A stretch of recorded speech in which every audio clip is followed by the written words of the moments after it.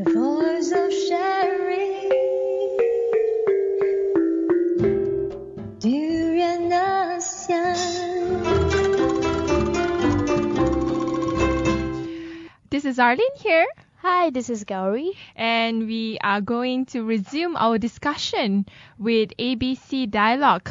Today we are going to talk about how to radicalize a young Muslim. And we have a very special guest who was also with us last week and he's joining us again today. His name is Asmil Taib. All the way from Australia. How are you? I'm pretty good. And yourself? Oh, we are great. Yeah, everything's good here in Durian ASEAN. Sounds great.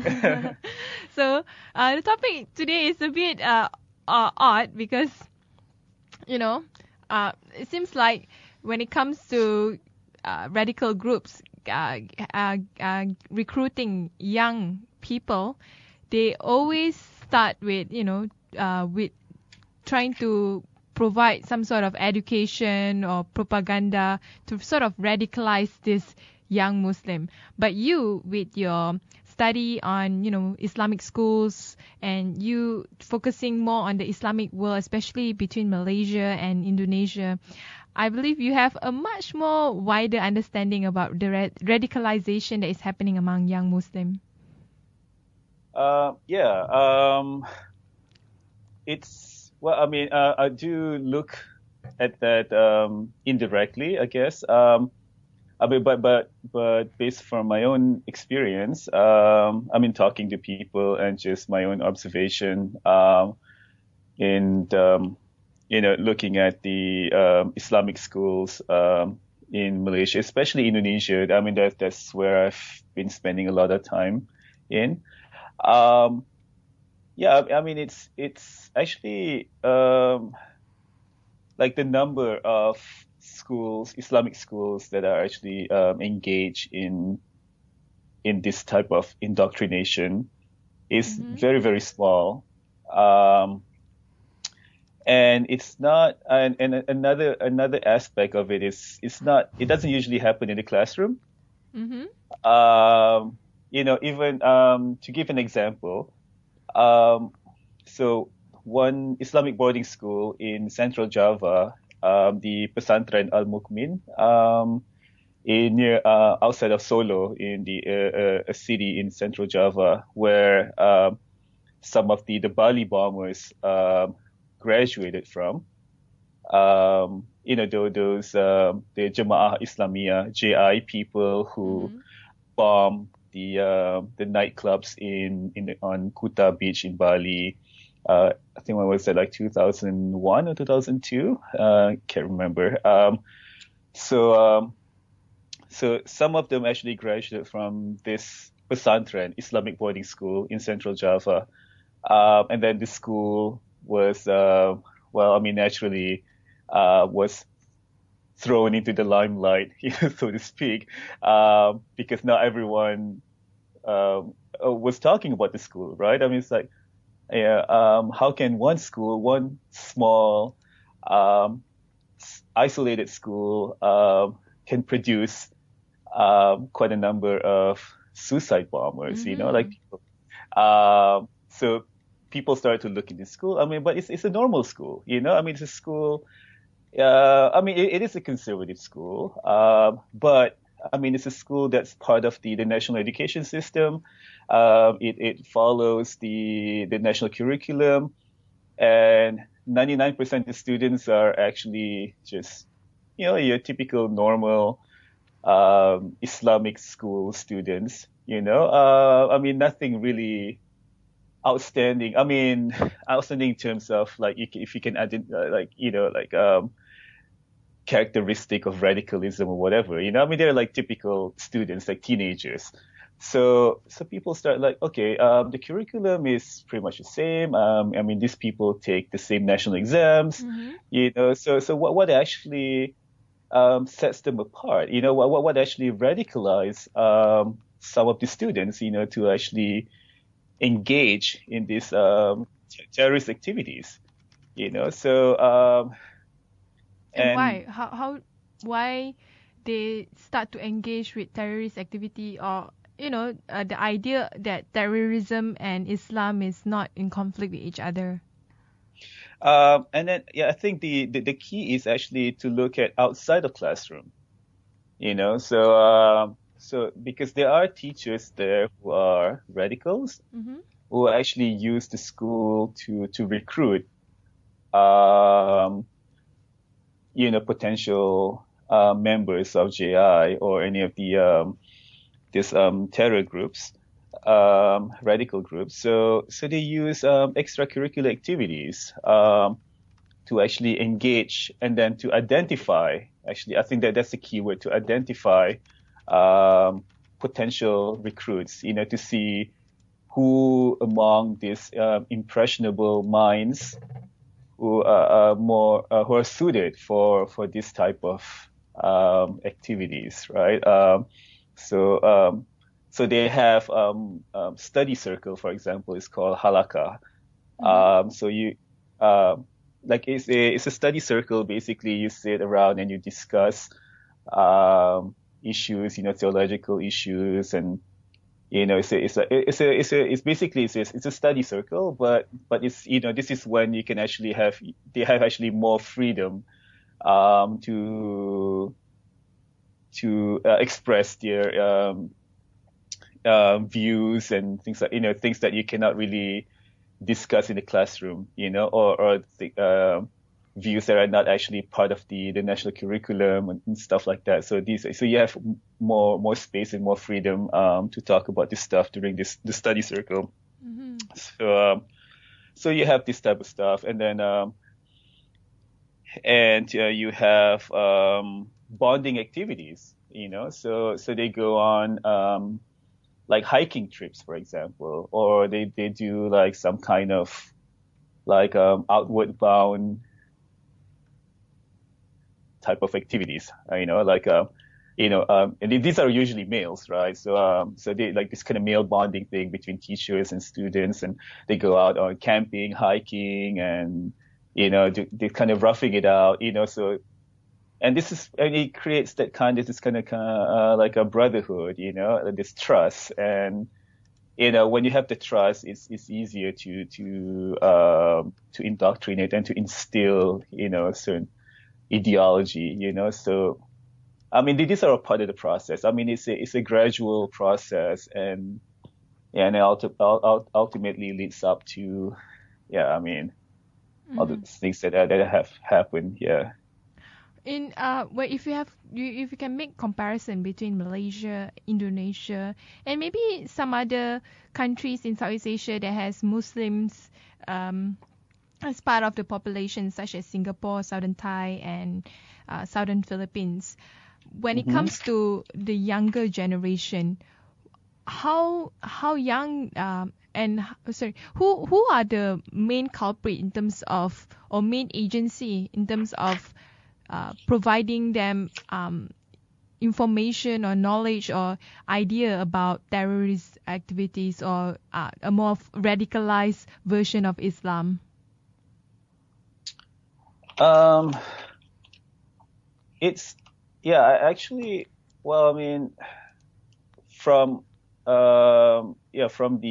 late 80s, the 90s, throughout the 90s, you have people who the jihadis, the mujahidins, I guess former mujahidins who came back from Afghanistan, fighting the jihad war against the Soviet forces in Afghanistan, who came back to Malaysia, to Indonesia, or to southern Thailand, southern Philippines, and to bring back with them this experience, this hands-on, this war experience, like being out there. So and that, for some impressionable young minds, that's that's really impressive, right? I mean, that's for people who still searching for their identity, who are still sort of kind of groping in the dark, and looking at these people who can be perceived as heroes. They're defending Islam against the infidels, and so that really helps with the recruit, I guess, the exposure of the young people. But nowadays, you have a lot more avenues, for recruitment, or for just exposing the young people to all this the jihadis activities, right? So you have, even these jihadist groups are actually aggressively publicizing their activities and online on social media. Like even looking at the execution of James Foley, right? It was there's a video on YouTube, and ISIS is actually very, very active in right both Malaysia and Indonesia region in terms of recruiting young people. What about that? I think they recruit. I'm not sure. How directly they recruit young people in Malaysia and Indonesia. But they do use the social media, the internet, as a means of recruitment, and they use it very actively, regularly, so posting videos, all kinds of stuff. But I'm not sure, like, if they have specific recruiters, or they have, like, how active they are in Malaysia or Indonesia. But for the fact. But the fact is that they're still somewhat successful, because there are actually a lot of Malaysians who were recruited to fight in Syria, in Iraq, for ISIS, and for the anti Assad forces in Syria, So I think I was reading the other day, there are like way more than 30 Malaysian fighters in Syria right now. That's actually a conservative estimate, because I think it says that it actually a lot more Malaysians there. But as far as they know, there are about 30. So that's actually a lot, right? So and there are like 600 British Muslims, fighting for ISIS, and it's like 100 Australian Muslims, fighting for ISIS. These are really, we're talking about, a widespread, aggressive recruiting campaign, going on. Interesting. And also, I was reading this article somebody posted on Facebook this morning, about recruiting women for sexual jihad, in Iraq. Wow. In Syria, it's crazy. It's actually based on the fatwa issued by some Wahhabi cleric, back in 2010. So saying that, it's also a form of jihad, to become, quote unquote, the comfort woman. It's kind of like what the Korean women were forced to do. During the World War II, right? Yeah. So these are, Muslim women all over the world. But these are willing Muslim women. That's the difference. Yeah, that's the difference. And then they're doing this under the supposed understanding of religious beliefs. Yep. Oh. So basically using religion, to justify whatever it is they're doing. Throughout the years, Islam has been used politically throughout the world.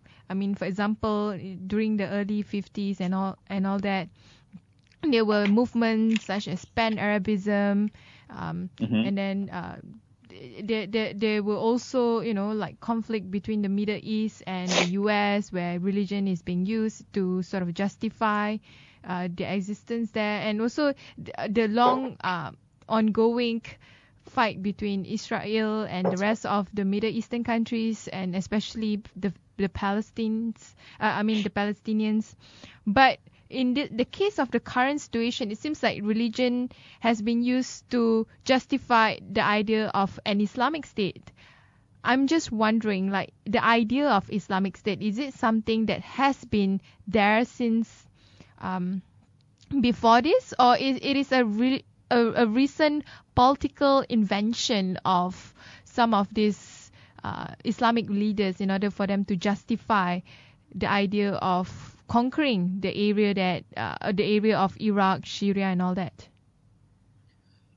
I mean, in general, I guess, the whole idea of state, I mean, that actually a relatively recent idea, right? I mean, the whole concept of state as a form of governance, it's actually maybe about 100, less than 150 years old, so it's not something that has been there since time immemorial, so as being claimed by the proponents of Islamic State, because they always saying that it's actually incumbent upon Muslim to establish an Islamic State because it is required by the Quran, but there's nowhere in the Quran that actually specify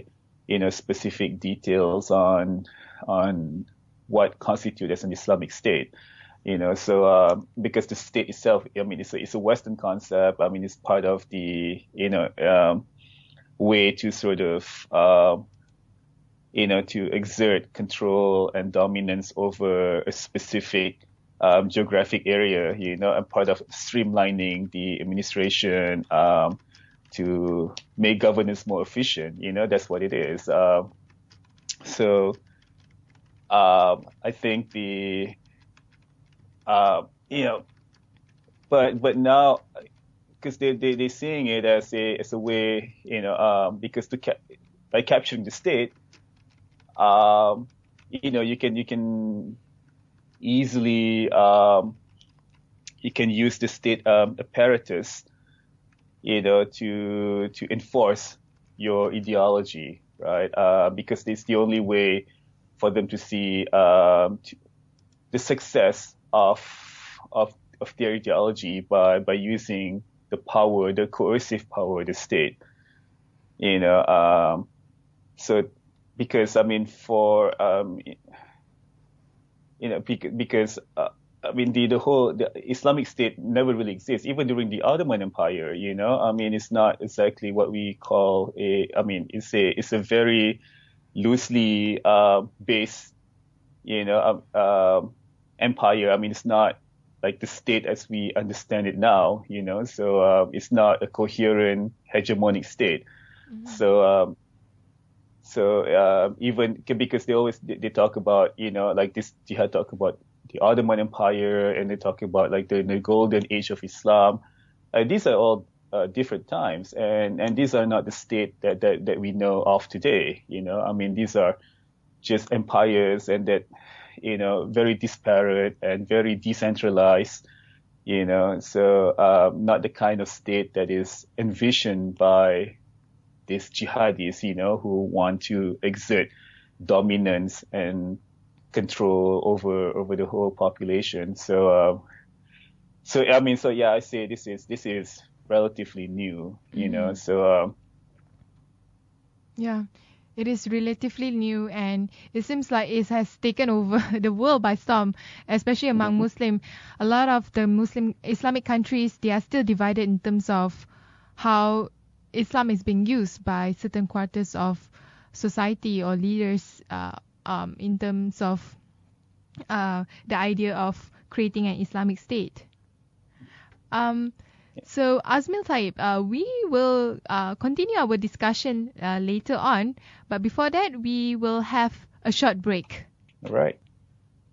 Voice of sharing,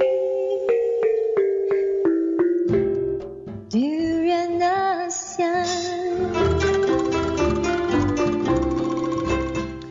welcome back. This is Arlene. This is Gowri. And with us is... Asmil Taib. It's supposed to be Asmil Taib. Okay. Calling your own name, but it's fine. That's okay. So Asmil, I want to start the conversation with a talk that I attended yesterday. It was pretty interesting because Merdeka Center, which was headed by Ibrahim Sufyan, he presented a paper a research on the new generation of young Malay Muslim in Malaysia in particular. They said that they are the generation of the May 13, meaning that even though they don't have any memory or idea about May 13, but they are also the generation that might spark yet another May 13 because of the conditioning that they receive in schools, in family, and within their environment. What do you think of this? Do you think young Malay Muslim today are more radicalized compared to the earlier years in the past? What kind of conditioning was he talking about? Is it the kind of like the discourse that's being encouraged or being he didn't really specify any particular conditioning, but what it seems like it comes from the institutionalized actors like the Jakim, the schools, and all that. Yeah.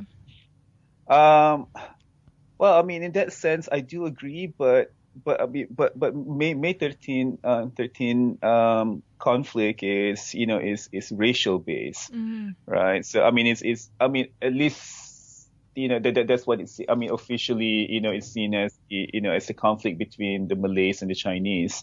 But if this generation, I don't think the young generation nowadays are actually being brought up more on the religious diet, right? And this part of the post 1969, especially in from the late 1970s onwards, we have this Islamization process that's been going on, and there is a conscious effort by the government to Islamize the society, the government and the society itself.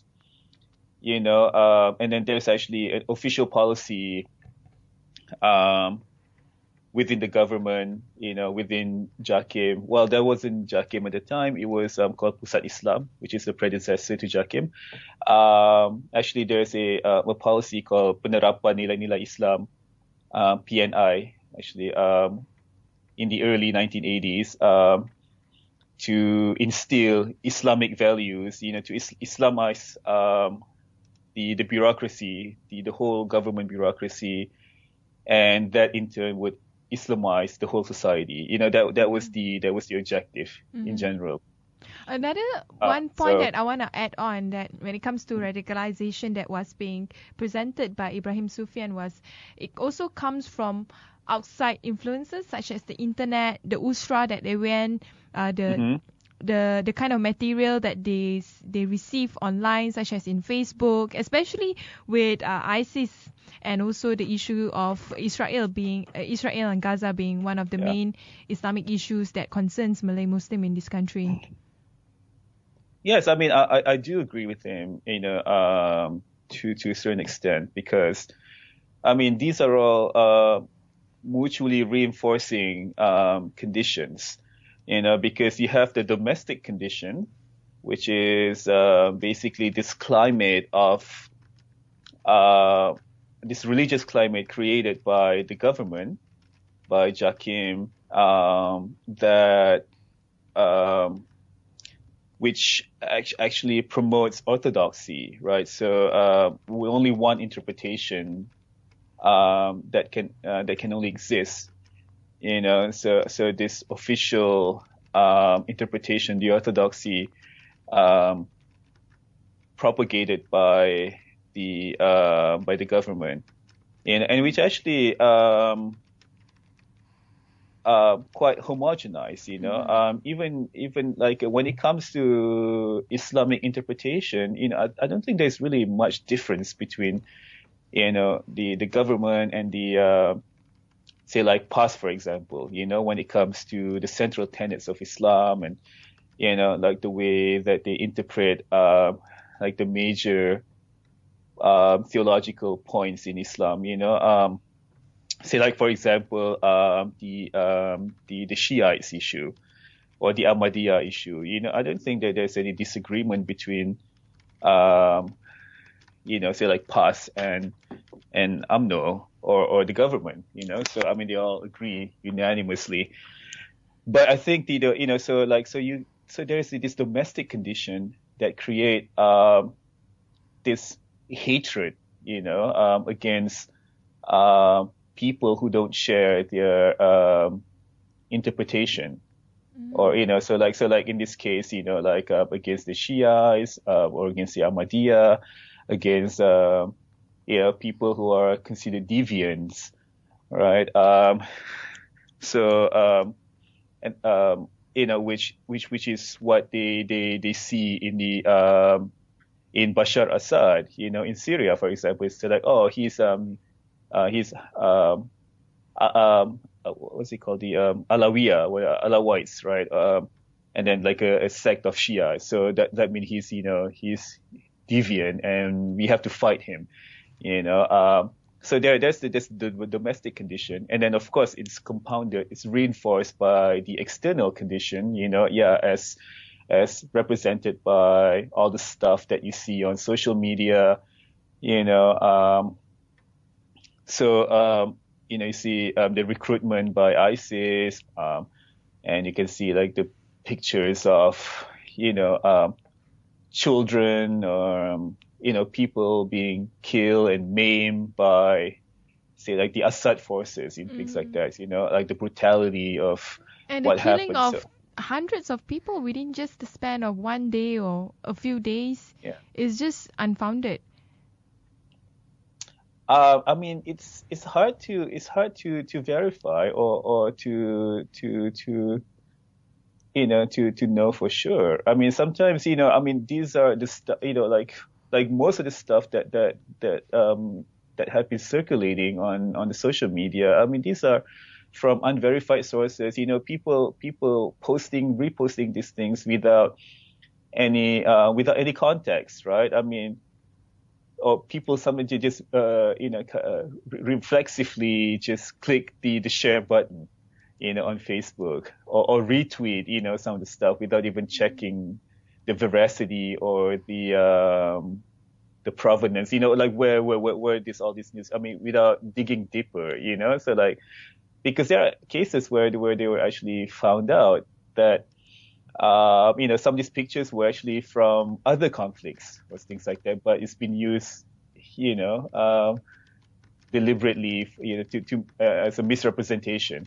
So, but yeah, I mean, because it's so easy nowadays, and people who are already riled up, with these sentiments, by the domestic conditions, when they see these pictures and, these external conditions, in the social media and stuff, I mean, it doesn't take very much, like, for them to get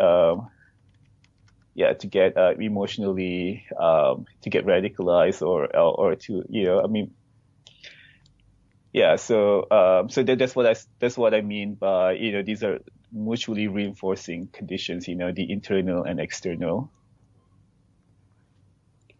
I see. Interesting. How does this impact people, young non-Muslim individuals, like for them to see that Islam in a very negative light, and for young Muslim to actually, or especially young Malay Muslim, to actually adhere to it and not feeling that it is wrong? Yeah, I mean, this is, I think, the big issue here is how do you frame the discussion, because I mean, we actually had this talk recently as well here in Canberra. So we have on campus here, at the Australian National University campus here, we have a group called the Malaysian Interest Group. So we meet like every 2 or 3 weeks, and we discuss issues, Malaysia or internationally. So one of the issues that we discussed recently was what was happening in Gaza. And this group is actually multiracial. So we have Chinese, Indians, Malays. So some of the Chinese students here were asking, why does it seem like, actually one of the Malay students were asking, why don't the Chinese or the non-Muslims, get more involved in the Palestinian issue? It seems like they're kind of sitting on the sideline, like they're not oblivious, but yeah. Yeah, it seems like certain issues happening in the Middle East, especially, it becomes like a religious issue rather than a human rights issue. That that even the non-Muslim felt that they some of them even support Israel, or some of them think that just because they don't agree with Islam that it's not their matter to be concerned with. Yeah, exactly. I mean, so there are. I mean, part of that is also stems from the internal condition, the domestic condition that I've mentioned before, because the non-Muslims were told repeatedly in Malaysia, never to interfere, never to comment on affairs that are exclusively Muslim, right? So there was, mind your own business. I mean, that's what the non-Muslims have always been told in Malaysia. So when this conflict, say like the Gaza conflict, was framed as being an Islamic issue, it's an attack on Islam, So there's no reason for the non-Muslim to get involved, because you see, like it's a purely Muslim matters, Muslim affairs. So we were told not to interfere, not to to get interested in this. So we're just going to stay on the sideline, So I guess if it's framed more universally, so like it's a human rights issue, it's a human rights violation, things like that, then you can get more people to be interested and involved in this conflict, instead of being exclusive and and make it into just a and Muslim. it will just justify the radicalization towards all these young Muslim young people. I mean, in general, they are like sponges. They accept information without questioning easily, compared to those who are much more experienced in life. So what is the way forward that you can think of for young people, especially I guess I'm talking about in the context of Malaysia, for them to be able to look beyond just Facebook postings or internet or the usra that they went, or the Islamic the approved Islamic education that they receive in school and within the JAKIM department. How can they go beyond that so that they have a wider understanding about human rights, about humanity in general, rather than being easily manipulated and radicalized by certain interested party? I don't know. I mean, I don't quite agree with the statement that like young people are like. I mean, of course they're like sponges, but it's, I mean, not necessarily they just absorb unthinkingly, right? I mean, you are lecturer, of course you know more about young people. Well, I mean, I think even in general, like because I mean, your whole life, I mean, it's all about I mean, it's trial and error for one, right? I mean, like we all made mistakes, and we all have taken the wrong turns here and there, throughout our lives, and we finally come to the path that we want to be on.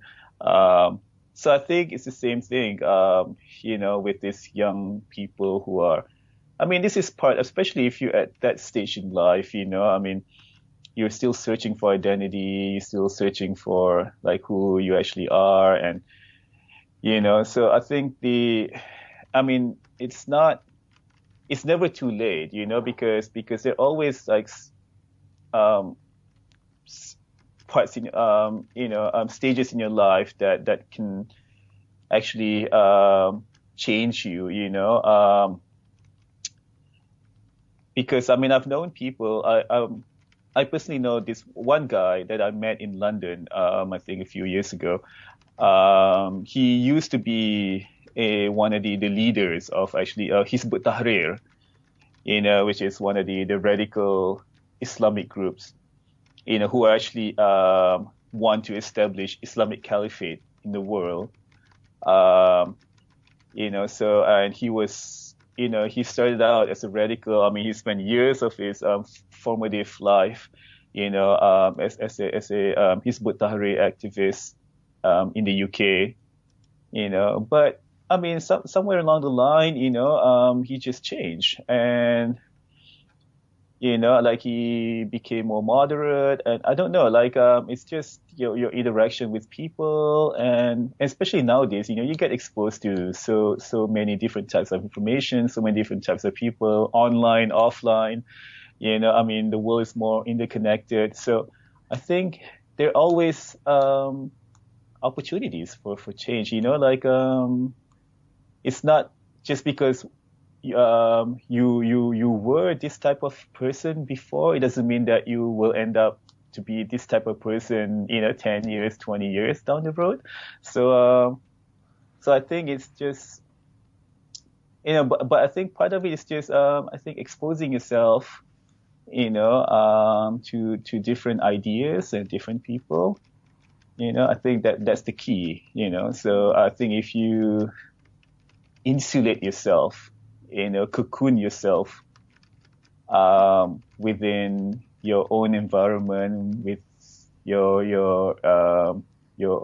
type of people, then probably there's less inclination to but change. If you are from the rural area, or you are in an area that is very much monoracial, how could it be possible for people to, especially young people, to go beyond just like thinking on the lines of race or religion? How is that possible?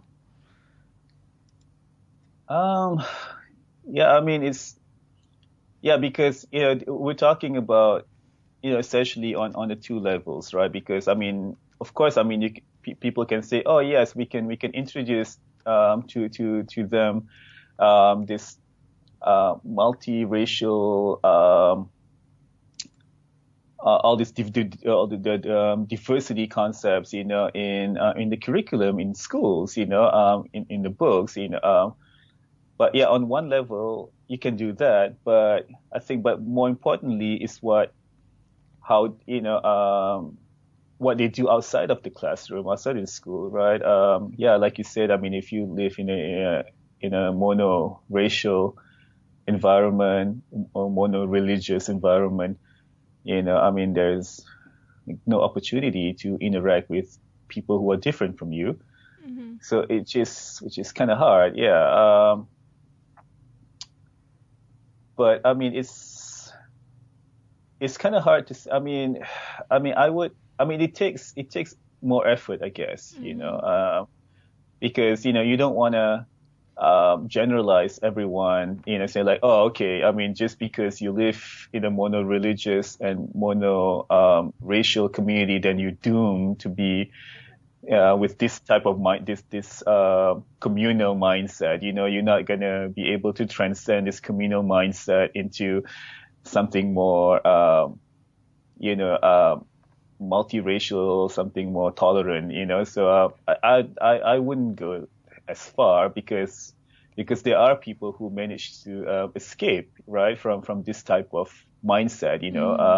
So it's not excuse of being born or raised in a monoracial environment. It's a big factor. I mean, we cannot easily dismiss that. Mm-hmm. I think it's a big factor.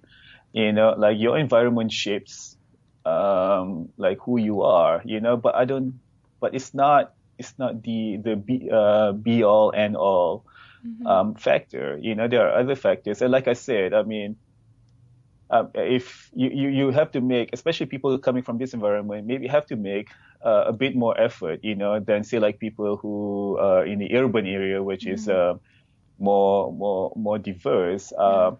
So you have to maybe make an effort to escape, or not to escape, I guess, to leave and live for the city, for the urban areas, for education, for work, and you have to do this kind of, more effort than people. So I think that's, yeah, that is a very great suggestion. Anyway, we have reached the end of the ABC dialogue. Thank you very much, Azmil Taib, for sharing your views with us. You're welcome. Thanks, Arlene and Welcome. Gowri. And thank you. Bye bye. Hey, bye-bye.